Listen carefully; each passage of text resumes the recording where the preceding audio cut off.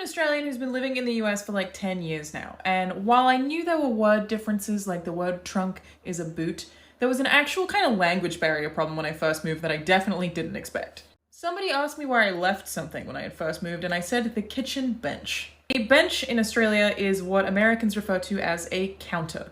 A kitchen bench is a kitchen counter. That confused the hell out of the Americans because the only thing they refer to as a bench is a park bench. I also found bangs very confusing. I would say that I had a fringe, which is basically what this is. This is a fringe.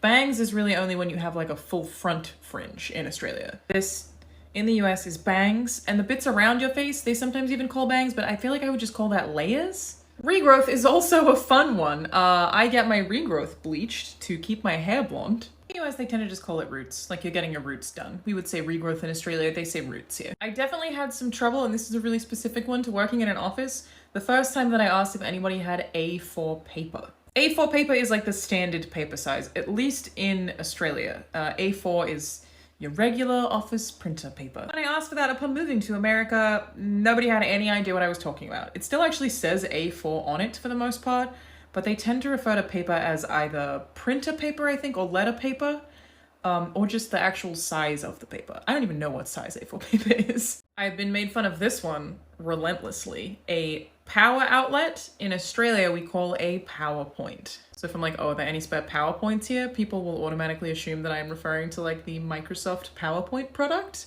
rather than a power outlet. One word that I feel like there should be a US version for, but there kind of isn't, is the word puffed. If you say you're puffed in Australia, it means you're out of breath. It's not the same as being winded. It's like if you've run for a long time, you're puffing, like is puffed.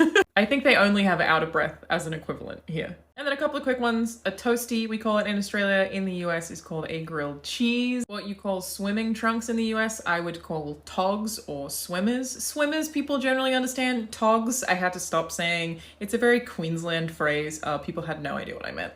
Otherwise, I've just had some really confusing conversations when saying I need to go get some petrol at the servo.